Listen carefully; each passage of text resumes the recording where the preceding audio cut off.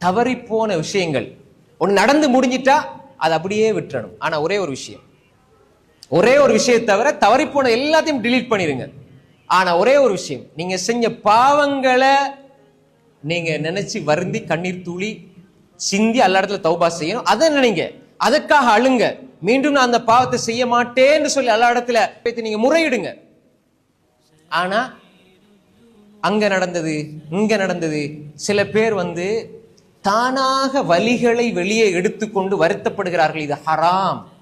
ஏதாவது ஒரு 10 வருஷத்துக்கு முன்னுக்கு நடந்திருக்கும், ஒரு சோக பாட்டை போட்டு பாத்தீங்களா, இதை கேட்கும் பொழுது இது ஹராம், கூடாது. நீங்களா உங்களோட கவலையை புதுப்பிக்கிறீங்க. இந்த ஸ்கூல்ல நடந்த அந்த சம்பவம் இந்த சம்பவம், இப்படி கவலைக்குரிய விஷயம், இப்படி கூடி பேசுறது ஹராம், கூடாது. கவலைகளை புதுப்பிப்பதற்கு இஸ்லாம் அனுமதிக்கவில்லை. நடந்த ஒரு கவலையை கூட நீங்க கவலைப்படக்கூடாதுன்னு இஸ்லாம் சொல்லுது. நாங்களா கூடிக்கிட்டு பாத்தீங்களா 10 வருஷத்துக்கு முன்னுக்கு எங்கட வாப்பா ஏன் பேசணும் இதை